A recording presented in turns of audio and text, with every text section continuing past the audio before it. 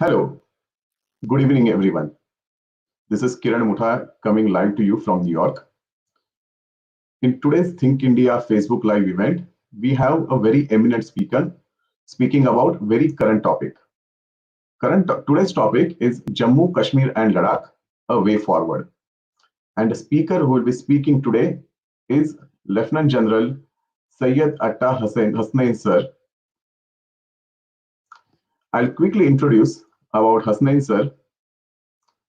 General Hasnain sir is Param Vishishta Seva Medal, Uttam Yuddha Seva Medal, Ati Vishishta Seva Medal, Sena Medal, Vishishta Seva Medal, Bar. Through his 40 years of illustrious career, General Hasnain has served in turbulent environment and hotspots, from Sri Lanka to Siachen Glacier, from Northeast to Jammu and Kashmir, and in UN operations from Mozambique to Rwanda. He has seen all crucial appointments. He has served 7 tours in Jammu and Kashmir, decorated in almost all of them. He knows Jammu and Kashmir conflict very comprehensively, and that's the reason he will be speaking today about Jammu and Kashmir. He has commanded Indian Army's Srinagar-based 15 Corps, which is today one of the foremost writer and analyst on Jammu and Kashmir, Pakistan, Middle East, and transnational extremist violence. He is much sought after speaker, and you can ask me, I have to take his appointment. And he writes for major Indian newspaper, Times of India, Indian Express, Hindustan Times, Hindu, DNA, Deccan Chronicle, Asian Age.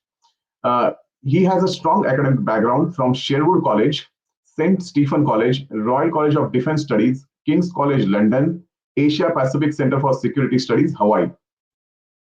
He has spoken at Lee Kuan Yew School for Public Policy, Rajaratnam School of International Studies, Indian Institute for South Asian Studies, all at Singapore. He has spoken at International Institute at Strategic Studies in London too. He is associated with Vivekananda International Foundation, Center for Joint Warfare Studies as a Distinguished Fellow, and on the Governing Council of Indian Council and World Affairs. So, apart from his military career, on 13 June 2018, President of India has appointed him as the Chancellor of Central University of Kashmir. In addition to that, in February 2020, he has been nominated by Prime Minister as a member of National Disaster Management Authority. He is also a member of Empowered Committee on Information Communication Handling at COVID-19 threat. So I'll hand it over to General Hasnain sir, and our format will be, he will speak for another 25-30 minutes. I'll encourage viewers to have their questions in the comments section of Facebook page, Facebook live feed, and we will take as many questions as possible. Over to you, Hasnain sir. Thank you, Kiran. Thank you. What a pleasure and honor to be connected entirely with all your listeners, your viewers, as part of Think India. Apart from what Kiran just told you, let me just add only one aspect of my experience, perhaps. I have commanded a company on the line of control in Poonch. I have commanded my unit at the Siachen Glacier. I come from Garhwal Rifles. I commanded 4 Garhwal Rifles at the Siachen Glacier. I was a staff officer in the rank of a full colonel. You are a senior staff officer somewhere. So I was the staff officer at South Kashmir in the Victor Force, which is the place which is entirely under tremendous pressure today. I commanded my brigade at Uri, the famous brigade at Uri. You see the film Uri, perhaps, also. I went on to command the division as a major general. I commanded at Baramulla, with the Uri also under me. Subsequently, I commanded my corps at Bhopal, one of the largest strike corps of India. And suddenly, overnight, I was requested or directed by the Army Chief, General V.K. Singh, to proceed to Srinagar and take charge of the Indian Army's 15 Corps, which looks after Kashmir. So you can see comprehensively over the last many years, I have been only involved with frontline soldiering as a part of Jammu and Kashmir. Jammu, Kashmir, Ladakh, all of them.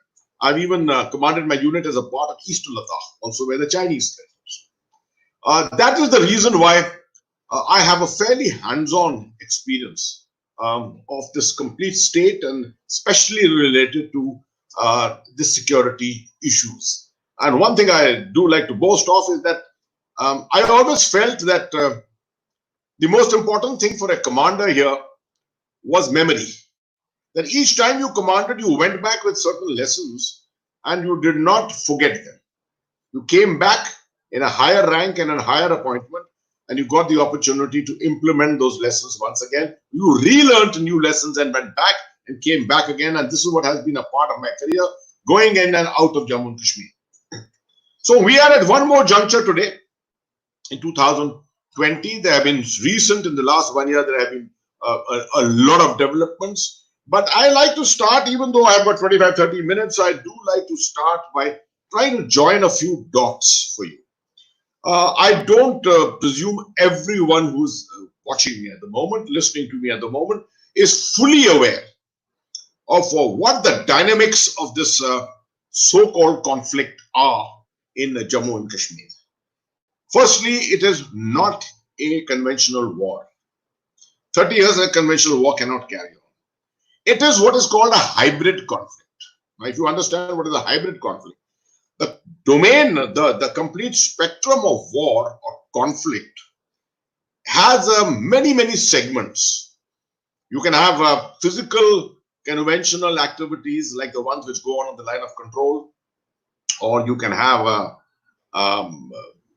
other activities like the street demonstrations going on, the mob demonstrations going on in the hinterland of Kashmir. You can have infiltration, you can have terrorist activities, you can have information warfare and influence warfare, you can have cyber warfare, you can have financial warfare. The domains are endless. And hybrid conflict, what the perpetrator of hybrid conflict, in this case Pakistan, chooses to do is to select and combine many of these domains together. And unlike conventional war, where you go all out with your weaponry and your manpower, try and destroy the enemy, subjugate him, you can't do this in hybrid conflict. In hybrid conflict, you can use your forces up to a point. You can destroy a terrorist, you can kill a lot of your enemy on the line of control, etc. It doesn't resolve your conflict. It doesn't mean that you have won the conflict. The conflict is won comprehensively when you prevent your adversary from being able to intervene and interfere in your affairs, internal affairs of your state. And that's a very difficult call.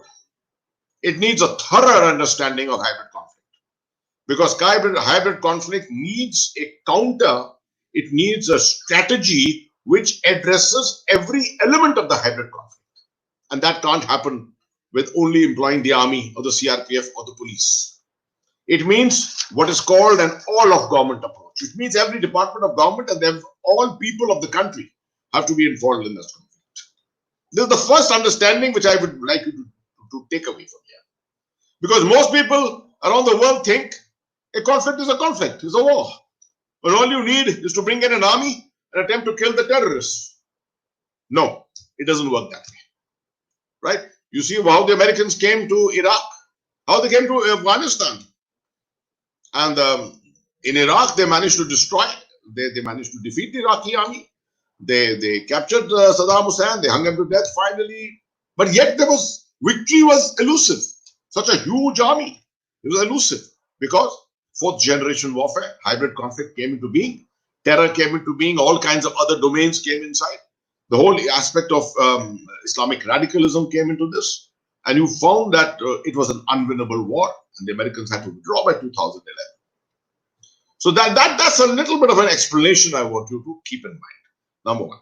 Number two, 1989, when the war started, when the conflict, the so-called hybrid conflict, started in Jammu and Kashmir, it was essentially Pakistan's effort to take revenge against India for what happened in 1971. It was a thing called the Syad doctrine, which brought this into effect. And they said they have the patience to fight it out slowly. They knew that India is much superior economically, militarily, and therefore Pakistan cannot defeat India. But they can definitely equate themselves with India if they went nuclear. So they went nuclear. You saw over the period of time, and by 1998, when India went nuclear, they also went nuclear. And when two nuclear states face each other, one may have one bomb and the other may have 10 bombs. Asymmetry somehow is equated. Right? A country like India, sensible, stable country like India, which is aspiring only good things for its people, doesn't want a bomb thrown on one of its cities. Right? Although we have the capability to throw 10 bombs back at Pakistan. But we cannot go by the argument that maybe Pakistan has the acceptability of absorbing those 10 bombs. That's irrational. Okay. That's one aspect. Second thing was Pakistan felt that they had the capability to interfere with India because India has got certain fault lines. What are these fault lines in India? They are ethnic, they are all kinds of demographic fault lines, regional, linguistic, caste-based, and most important, religious.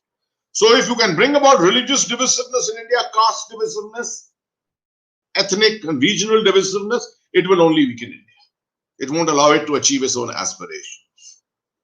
And that is, in a sense, in Pakistan's strategy against India.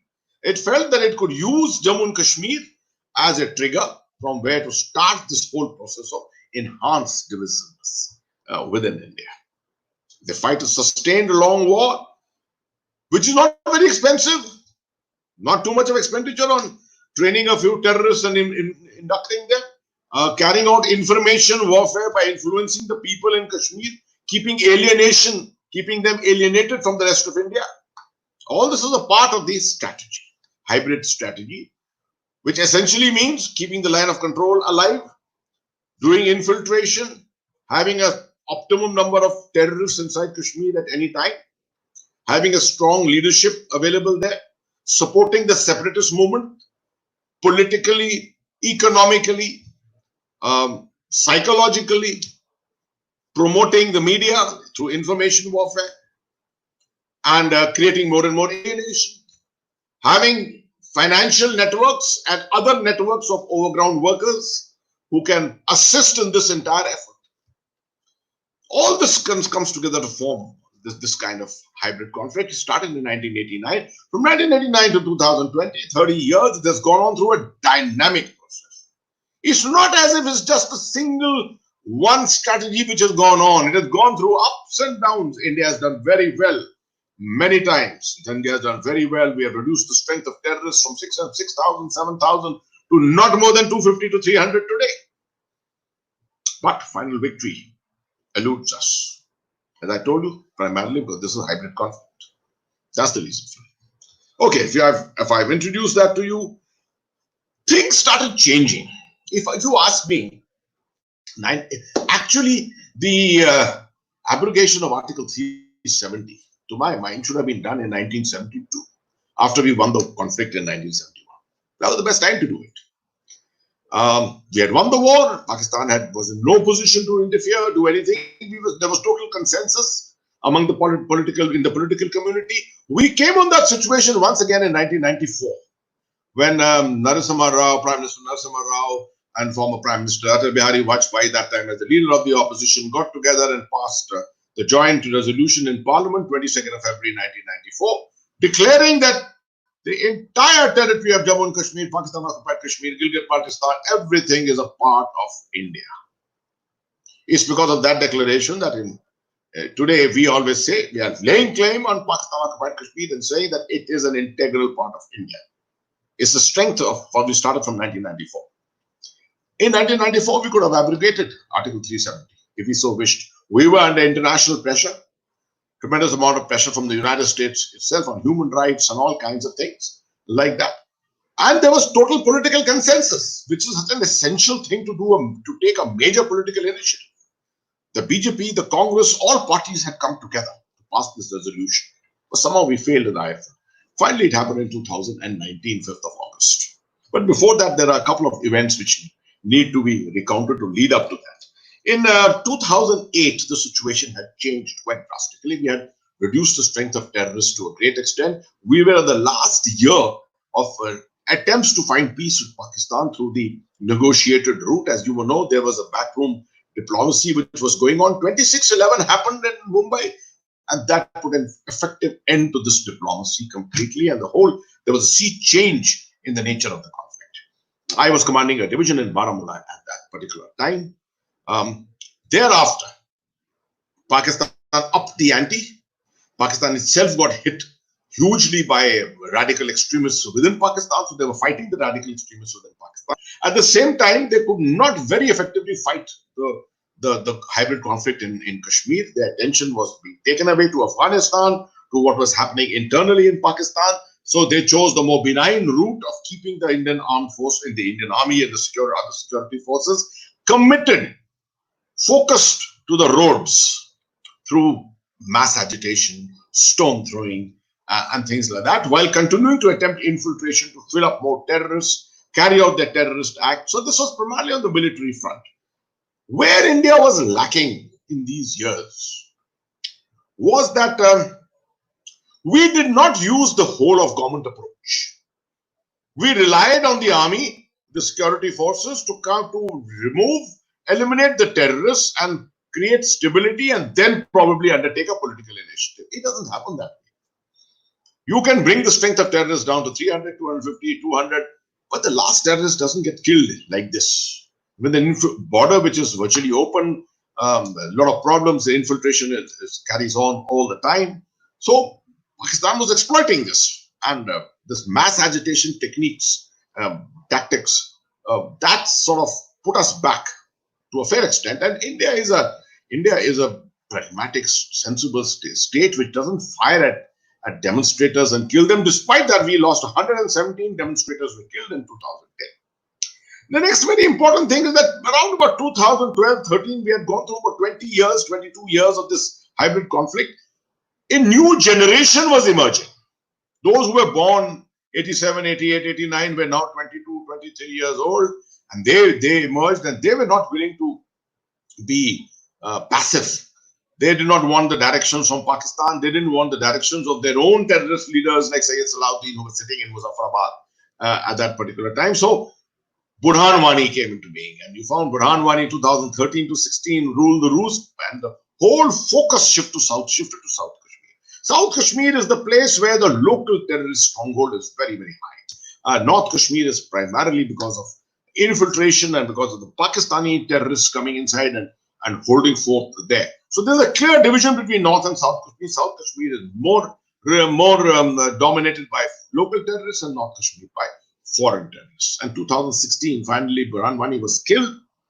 By that time, he had generated tremendous passion, and the coming of the new generation terrorism in Kashmir was characterized particularly by the linkages, external linkages of these people with Islamic radicals around the world, both with Pakistan, with the Middle East.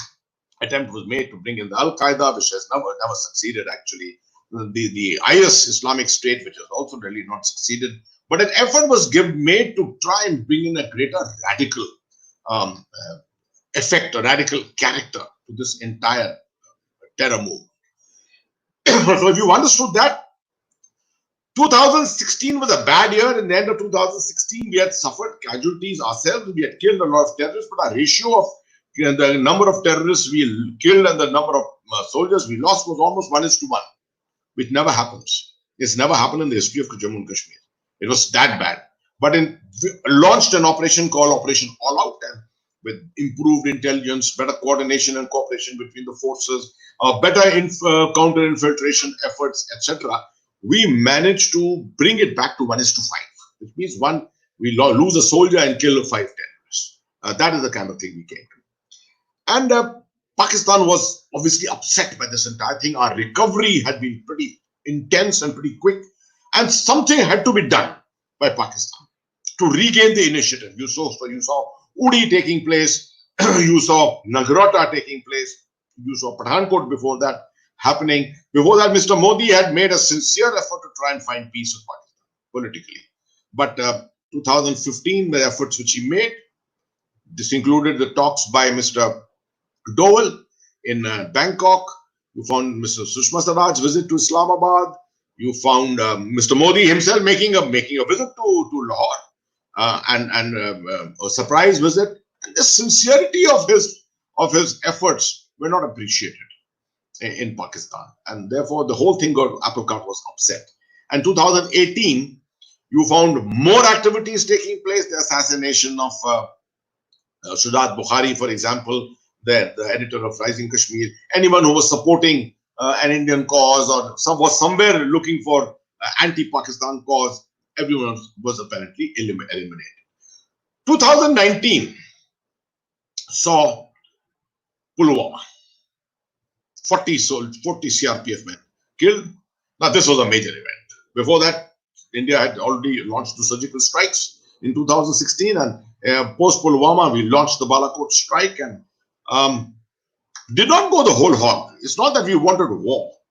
We are a part of the international community. India does not want war. This sometime somewhere in the question hour, I can respond to this in greater detail. But we started from 2016 effectively conveying the message that the so-called nuclear deterrence which Pakistan was assuming was incorrect.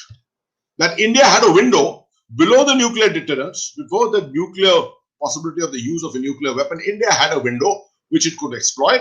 It could surgically go by ground, it could go by air, and there are many other methods by which we can do it, which I need not talk about.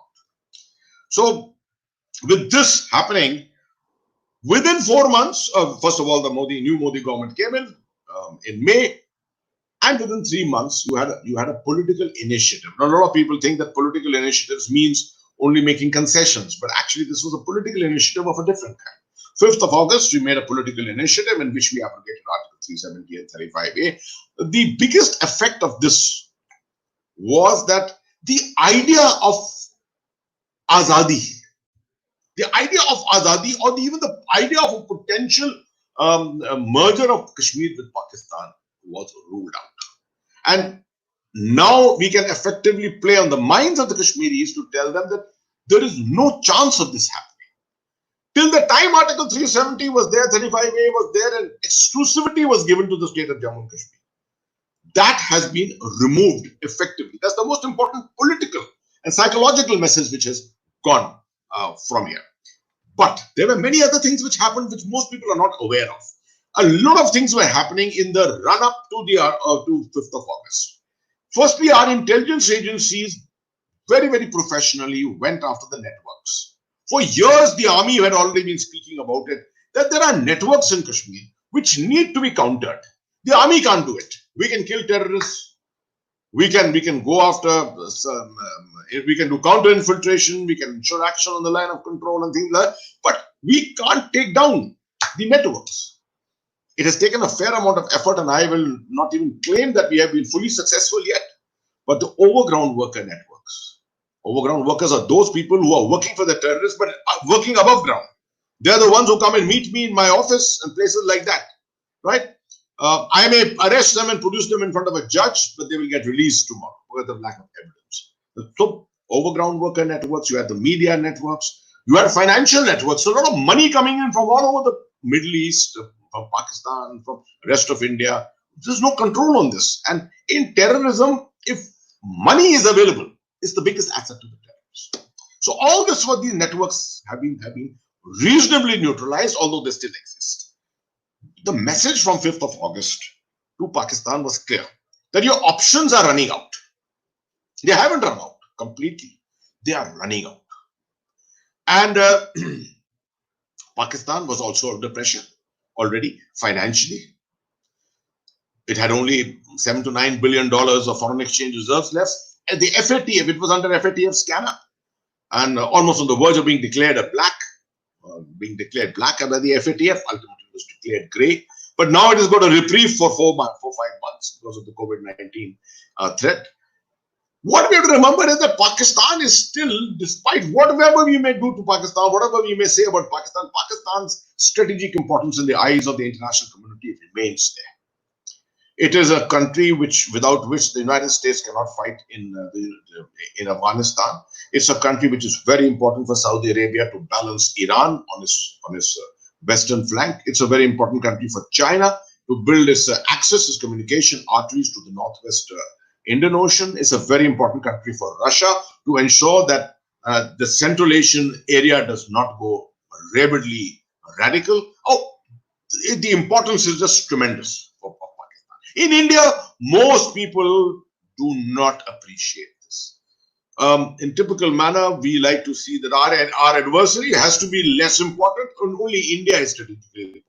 No one denies India's strategic importance and the manner which India is located on the Indian Ocean. But remember, Pakistan is equally important for the world and for the international community. So much that we may do, we achieved a tremendous diplomatic victory internationally, went around the world, and no one supported Pakistan.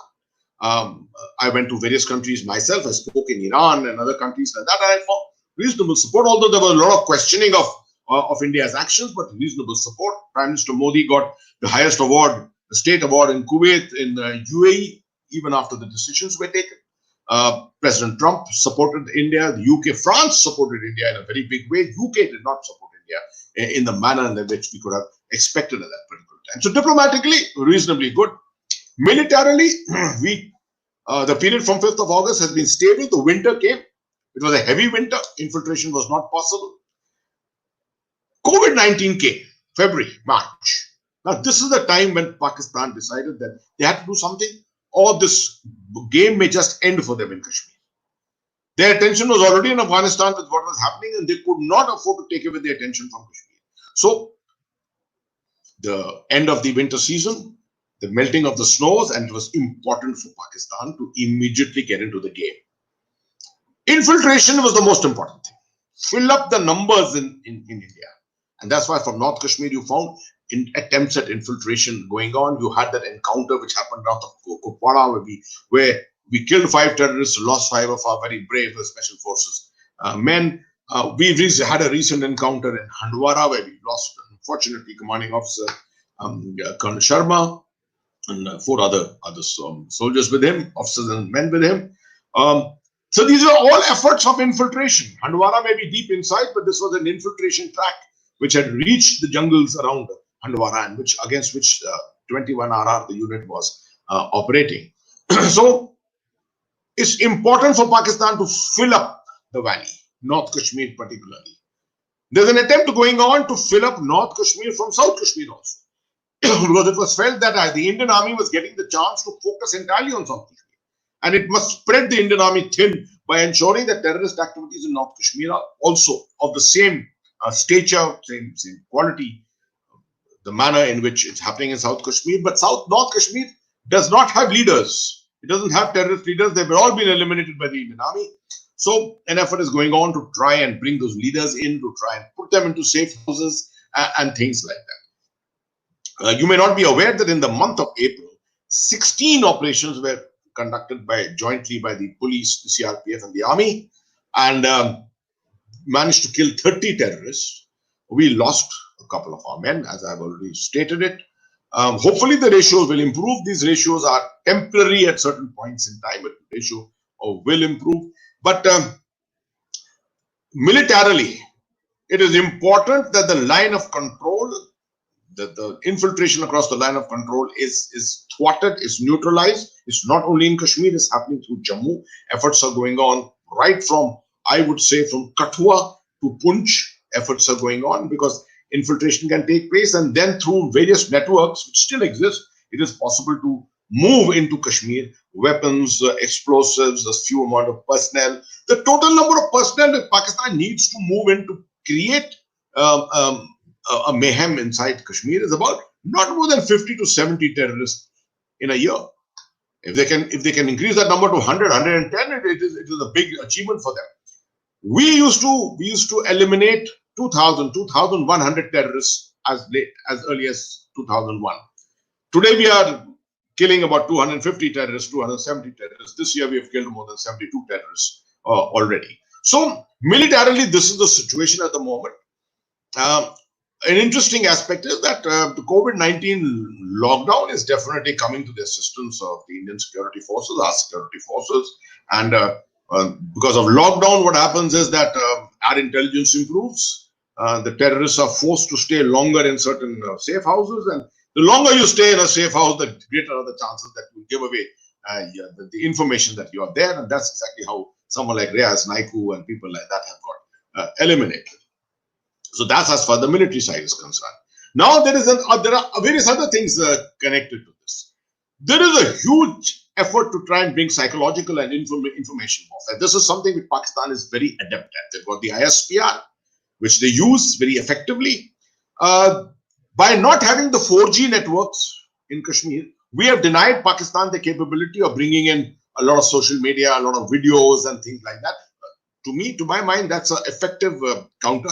Although there's a lot of hue and cry against India for not allowing a 4G in Kashmir, only allowing slow speed broadband in India. But then ultimately, security is the most important aspect. And unless you have security, there's no point going in and introducing this for social purposes and anything else like that.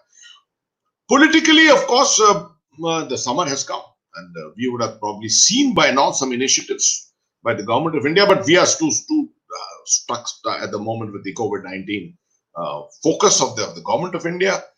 What we perhaps need is a far greater footprint of development, a very strong footprint of governance, to ensure that the people are made very clear that their being with India is a major distinct advantage for them. And that's the way I look at Pakistan occupied Kashmir. India doesn't have to go to war to get back Pakistan occupied Kashmir. In the long term, we should develop the capability to influence the minds of the people there, who will want to look automatically at India as the benefactor and not at Pakistan, which is anyway going down the drain with the kind of economy that exists in Pakistan today. Not only the economy, the kind of divisiveness which exists in Pakistan itself today.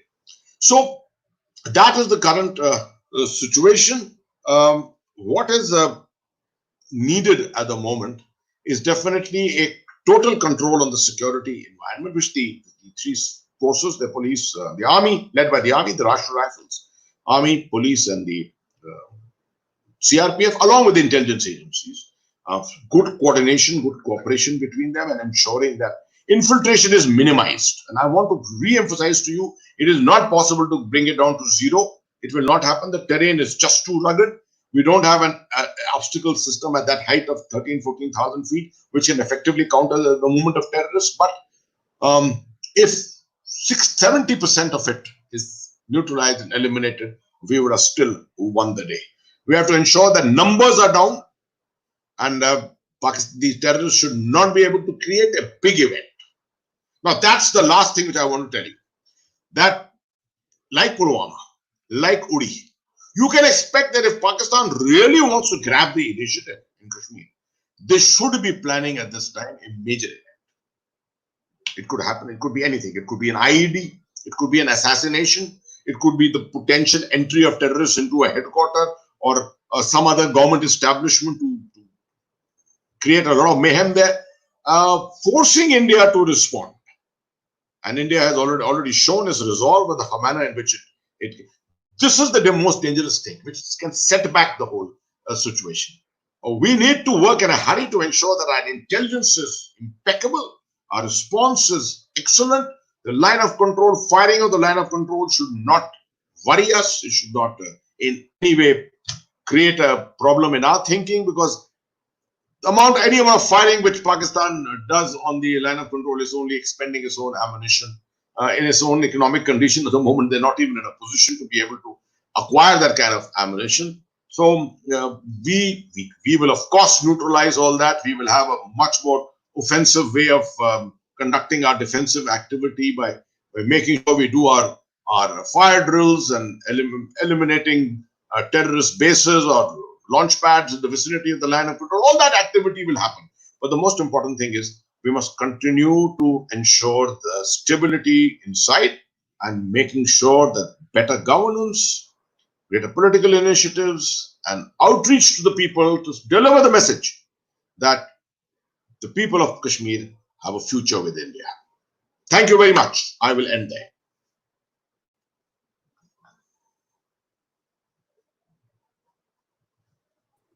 Thank you, sir, for bringing us up to speed on the current situation and pointing out the important historical milestones that we've come across. Sir, I guess one big point that you pointed out was that there has been growing coordination between different forces and different agencies in the state. I think a question that is very pertinent at this point is because of the restructuring of the state into union territories now, post the abrogation of Article 370. Will that help in effective management of insurgency and maybe better coordination within the state between different agencies? Now, another thing that ties into this is what is the future of AFSPA in the state, and how do we include and utilize different government resources that we have at our disposal today along with this? Now, some of our viewers are also asking about AFSPA and its future in the state. I think that ties in well with this question.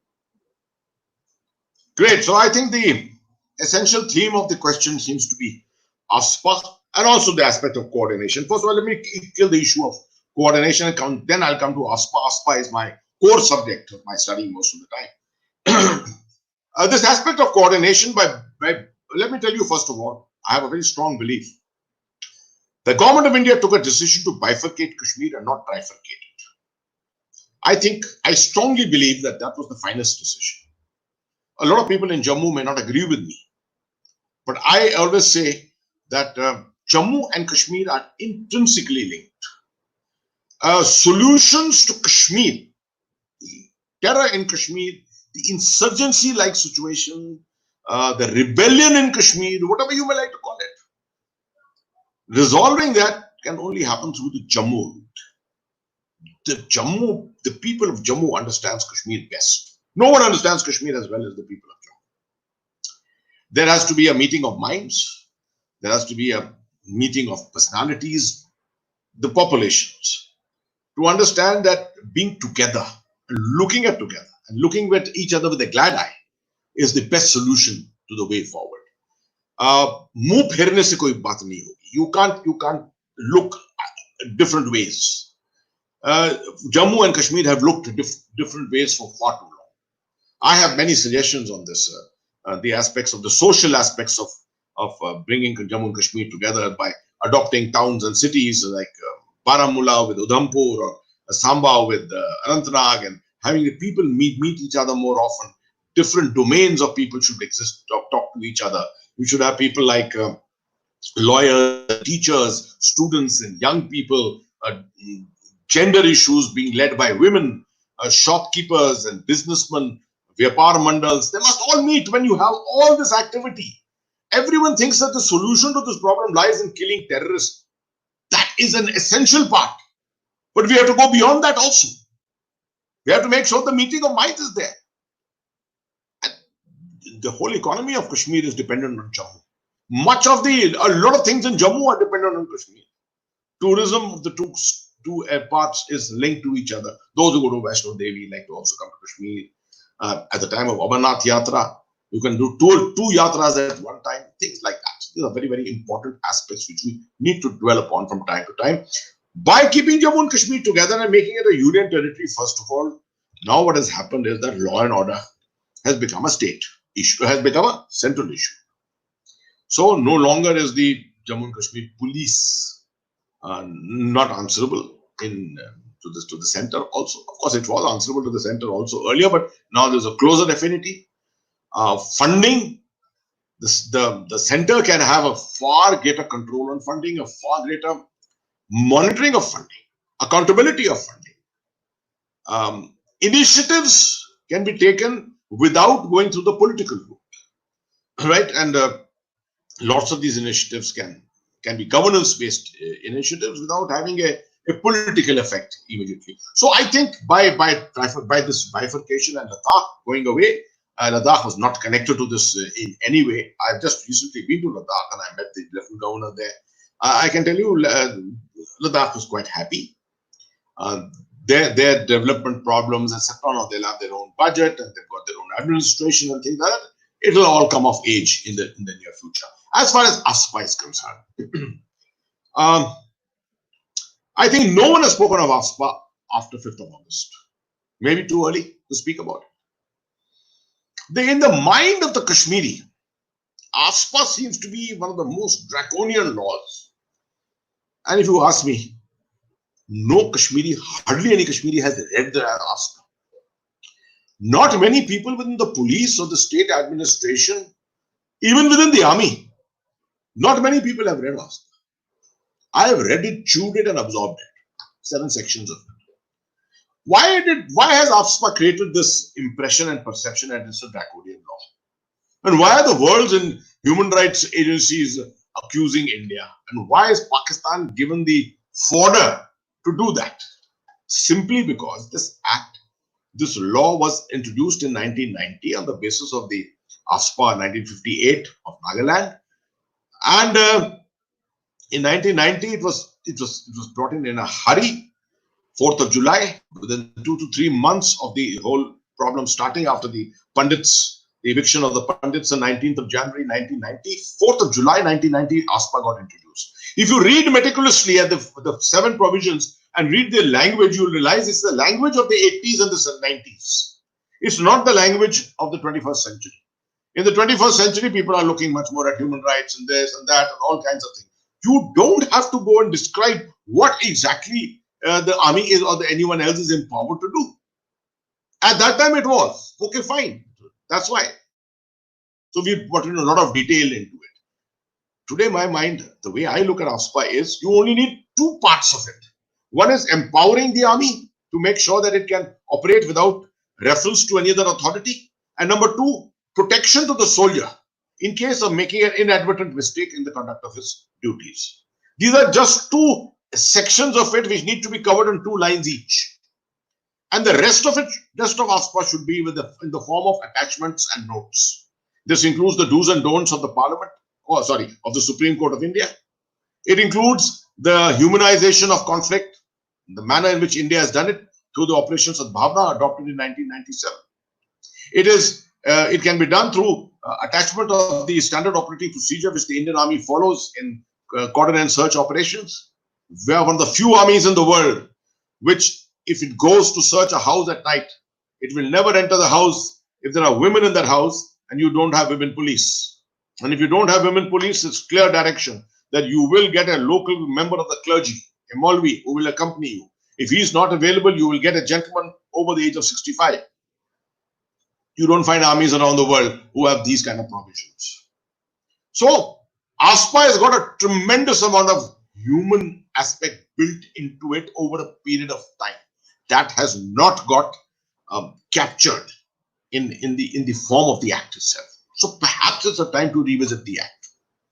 Revisit the act not to make it benign, but to redraft it so that the world starts looking at it from a different angle. The Kashmiris look at it from a different angle. The media looks at it from a different angle. Unfortunately, a perception has been created that this is a draconian law. Ask me, I was subject to ASPA. All my soldiers were working under ASPA. And I know that without ASPA, I could not have operated.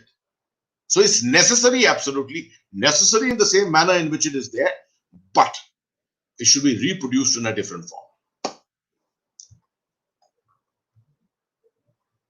Yeah. Well, thank you, sir, for this elaborated discussion and enlightening us basically on the effect of abrogation of Article 370 and the very nature of the AFSPA. And we're sure that this bifurcation will have positive effect in the valley. Sir, now my next question is about the rehabilitation of vast majority of Kashmiri population that has to leave their houses in the valley and were either stationed in the refugee camps or had to relocate across the country or world over. Now, with the abrogation of Article 370, do you think that the situation is in control for the safe return of the displaced population back into the valley? Very interesting question, Ashish. An unexpected question. I'll have to do a little explanation to you. I don't want to go into the backdrop of it. Everyone is aware that so many hundred thousands of Kashmiri Pandits were evicted and for what reasons they were evicted. But let me tell you, in the world outside the military, a lot of people think that absence of violence in a particular area is normalcy. There couldn't be anything further from the truth. Absence of violence does not mean normalcy. Because violence may just be festering. The networks may all just be there. All the capability may just be there, like Pakistan's capability. They demonstrated it recently. Suddenly, in 1st of April, you found an upsurge of activity. 16 major operations have been conducted in the month of April by the army. So, if there was normalcy, as we were claiming, these operations shouldn't have been conducted. What I'm trying to say is, you can reduce violence and then stabilize the society, stabilize the governance, introduce democracy, do whatever you wish to, right? Over a 3 to 5 year period, an absence of violence will create normalcy. Our habit, and in many of our senior military commanders also, the habit is to rush. You say, okay, one season we have had no violence here.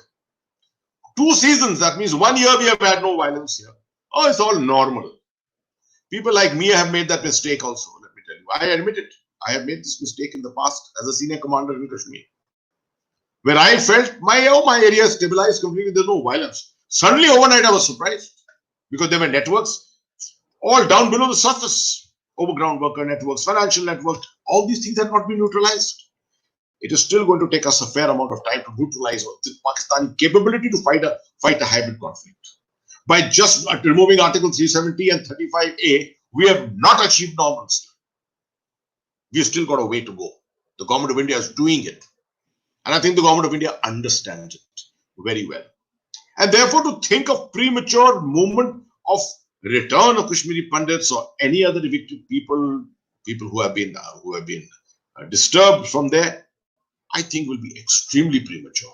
Because if we take that decision, take them back there, even at the nascent stages, even on an experimental basis, even if you bring in a few people there and you suffer casualties with them, it will set you back by 10 years. Ask me, because in my time as the Corps Commander, first 1,200 families came, Kashmiri Pandit families, and they were located in different places. We created the camps for them at that time with the help of along with the Jammu and Kashmir government, state administration. We know how much effort had gone in that time and goes in today to protect them. Now, if you bring in so many 100,000 Kashmiri Pandits back, first of all, they will all not want to come back in the situation that we are. It will not want to come back. But even if they want to come back in large numbers, I don't think you can guarantee security and safety to them under the current circumstances. Therefore, I think we are taking the right steps. I think we are moving forward incrementally. And in such situations, the necessity to move incrementally is essential. Let's not hurry. Yes, sir. So we have spoken about internal things in Kashmir, but army is largely focused on fighting the external aggression. And if you look at the Kashmir issue, there are 2 major external entities with which we are fighting at present and from the historical perspective. There are questions coming in from viewers, one coming in from Ashwat about POK and another coming in from JC about China. And these questions are very relevant. If we look at and you have commanded the eastern sector of Ladakh, so you might be a very appropriate person to answer this question. We talk about the all narrative about Pakistan occupied Kashmir or Azad Jammu Kashmir is circled around Gilgit, Baltistan and Skardu region. But the majority or the neglected regions in that are Chitral and Hotan province, which is a Aksai Chin region. These are significant because of 2 reasons. First, their proximity to Afghanistan and China, and the proposed one road, one belt initiatives flows through that region. So how Indian government looks at these 2 major provinces which are neglected around all the narratives which are building around the Pakistan occupied Jammu and Kashmir? Okay, so let me take the larger question. This is very, very specific. I will take the larger issue of Ladakh, Gilgit Baltistan, Aksai Chin, sorry, Pakistan occupied Kashmir.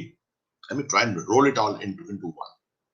I would strongly recommend Google my article, which is there in rediff.com, the new article uploaded 4 days ago, explaining why these two clashes have taken place in Sikkim and Eastern Ladakh recently with the Chinese troops, PLA. It will give you a measure of understanding as to what China's strategy is and what India needs to do, right? That's an aspect of China. But Pakistan has to be built into it. Remember, first of all, Jammu and Kashmir is I wish I had the map with me here, but doesn't matter. Just imagine it in your mind. Northernmost state of India. That includes the entire territory of Jammu and Kashmir. Remove Jammu and Kashmir from India. In your mind, just remove it temporarily. Where will your border lie? Somewhere above Pathankot. Right? Himachal, belt, somewhere around Pathankot.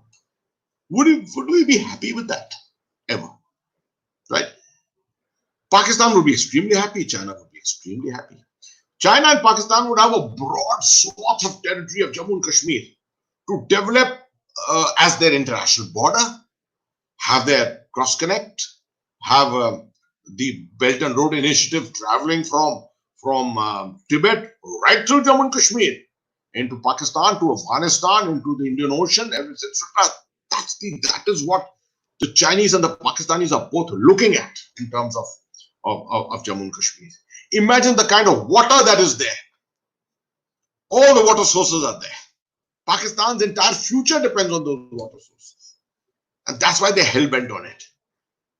And that is why they will always want to make sure that they retain control over whatever territory of Jammu and Kashmir that they have got under their wings at the moment. Pakistan occupied Kashmir and Gilgit-Baltistan, Aksai Chin, Chitral, and places like that. This is all important for the larger connect, the Sino-Pakistan connect, and Sino-Pakistan developing narrative together. Because China, remember, considers India not as an enemy. I won't consider counting it as an enemy. Considers it as an adversary, considers it as a competitor for power, comprehensive power in Asia in the future. It knows one thing, that India's strength does not lie on the Himalayan border or in Jammu and Kashmir. India's strength lies in the Indian Ocean. Because of its geostrategic location, India controls the entire sea lines of communication along through the Indian Ocean, which are important. The important sea lanes which are going from the Persian Gulf, south of Sri Lanka, going to the Straits of Malacca, or from the Straits of Malacca going towards the coast of Africa, Madagascar, Mozambique, Kenya, and places like that. This is all to China's advantage. All its energy traffic comes from the Persian Gulf. 80% of its energy comes from here through the Straits of Malacca. 80% of its container traffic goes from here and goes to Europe, goes to Middle East, goes to Africa. That's how the Chinese economy has been sustained. Now suddenly India develops an economy, a navy which is challenging the preeminence of the developing PLA navy, and you see China's economy will be, or China's whole stature as a world power will be under threat. And if by chance India partners with the United States, Japan, Australia, Vietnam, imagine the state China will be in. China does not want India to develop that. Therefore, it wants us, India, to focus on the Himalayan belt. It will develop a security situation for you from Arunachal right to Ladakh at all times. Every year this will happen. Every year a docklam will happen somewhere. This is all a part of the larger great game. Right? So, China is not going to give up all this very easily. It's very, very important for China. And they need Pakistan for that.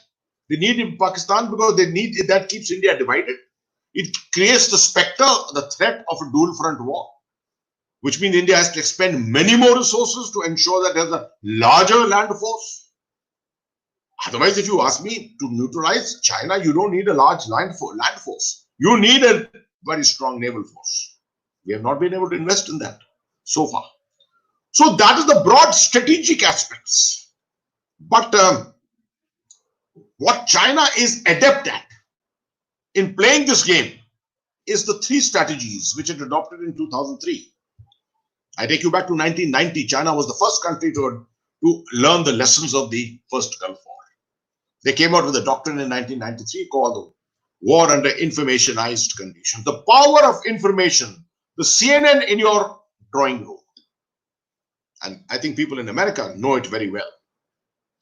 By 2003, the Chinese had come out with yet another strategy. It's called yet another doctrine. It was called 3 strategies. That is, first of all, you need to win a war without fighting a war. You don't have to come into physical blows or throw munitions at each other to win a war. You can win a war by cyber strategy, legal strategy, and media strategy. Media also includes psychological strategy.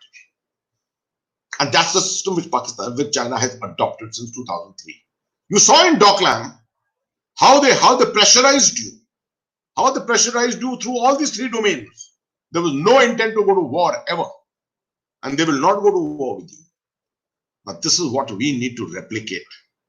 We need to replicate this in India on a very big way. You're seeing Pakistan's ISPR. You're seeing China's capability of fighting legal and media wars.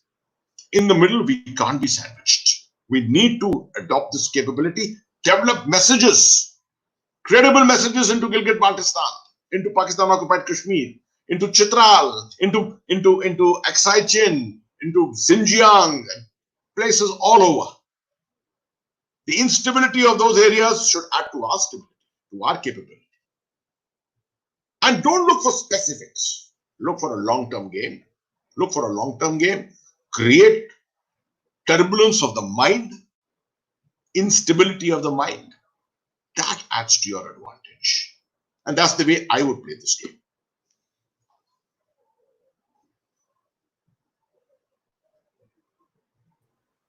Thank you, sir, for that. There's something very interesting that you talked about the developing strategies that we have. I think one thing that all of us would be really interested in knowing is we'd like to know about the significance of the surgical strikes in India's evolving offensive strategy. I think we talk a lot about the offensive strategy as a whole, but we don't go into specifics. I think it would be important for us to know how the surgical strikes have helped us in our offensive strategy, especially because we weren't using these strategies earlier. And like you mentioned, Pakistan will force India to respond in some way. Was this response a thought-out response from learning from our past mistakes or experiences, or was this a response because of the Pulwama attack specifically? And I think will this how does this strategy mean for going forward? How does this strategy evolve further into surgical strikes? Will this be something that is always going to be something that we consider every time there is a need for a response, or is this one of those situations where we just wanted to show them that you need to back off right now? Thank you. Very interesting question. The surgical strikes in 2016 on the 27th, 28th of September, 10 days after the Uri strike by the 4 terrorists, was essentially a calibrated response. This is a very important word, calibrated. Calibrated response by India, with total ownership taken by the government of India. Now, there are a lot of people in India who say that these strikes had taken place before, also through the 90s and early part of the millennium, etc. I don't want to say, I don't want to accept that, agree to it, I don't want to deny it. But I can say this much, that the difference in 2016 was that the government took ownership and backed the army and said, yes, we asked the army to do it. That's the difference it made. Now, it could have chosen in 2016 to go to war. Incident-based response, 2 days, 3 days later, we could have started mobilizing. It could have been like the parliament attack. We could have started mobilizing. Partial mobilization, we could have forced Pakistan to mobilize, or taken Pakistan by surprise by rapid mobilization in certain areas and immediately going in with our integrated battle groups. The so-called cold start strategy, which is really not cold start, it is a proactive strategy, right? All this could have been put into place. But calibration is the important word here. India decided to use a calibrator, which sent out a message.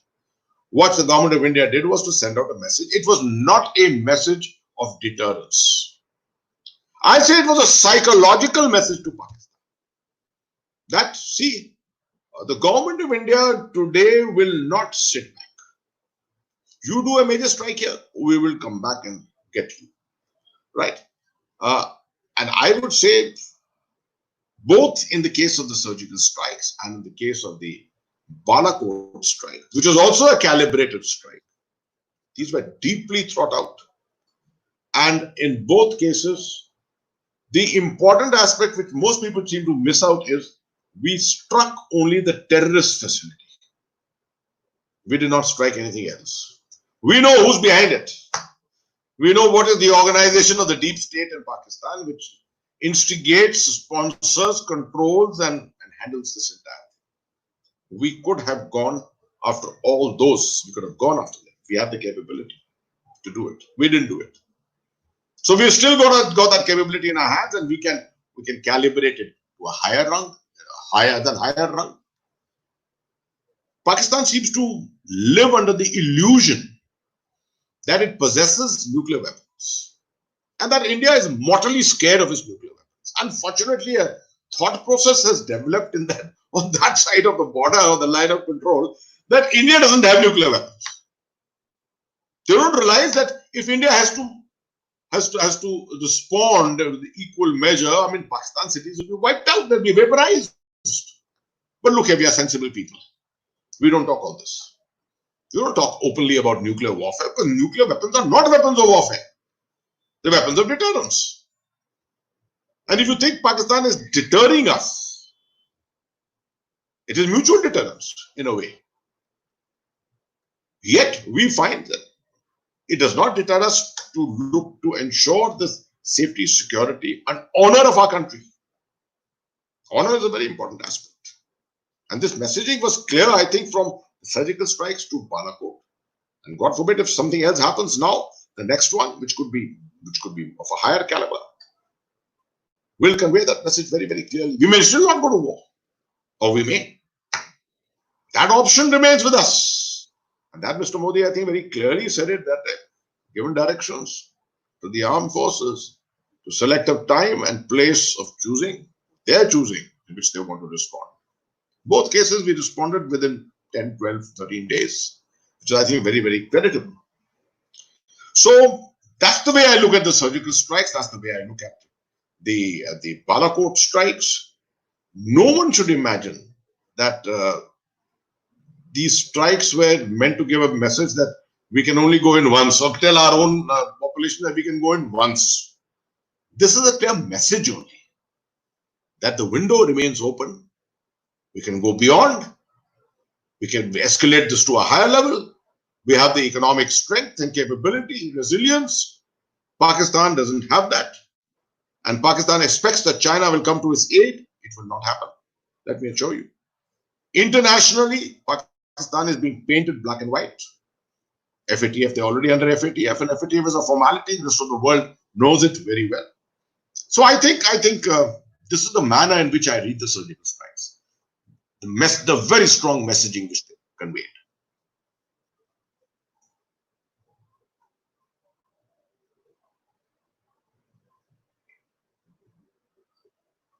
I think you're muted, Kiran. You're muted. Kiran? Yeah. I'm back. Yeah. Sorry. Okay. So thank you, sir. Thank you for taking your time from your busy schedule and talking to us. This is a very insightful discussion we are having, and enlightening us about the Kashmir current issue, and most importantly, showing the larger picture. I think I've realized that when it's a military leader, it's not a military leader, but it's a expert on multifaceted subject. It's geography, history, international relations, business, politics, culture, everything. So this was really enlightful. So I would like to thank you on this discussion, and thank our viewers for watching and sending your questions. Hope most of our questions were answered. Sir, we look forward to more future collaborations and interactions with you. Absolutely. I'm delighted to do that. And it was, I believe our viewers also enjoyed this discussion, and we'll stop our discussion here. Thank you.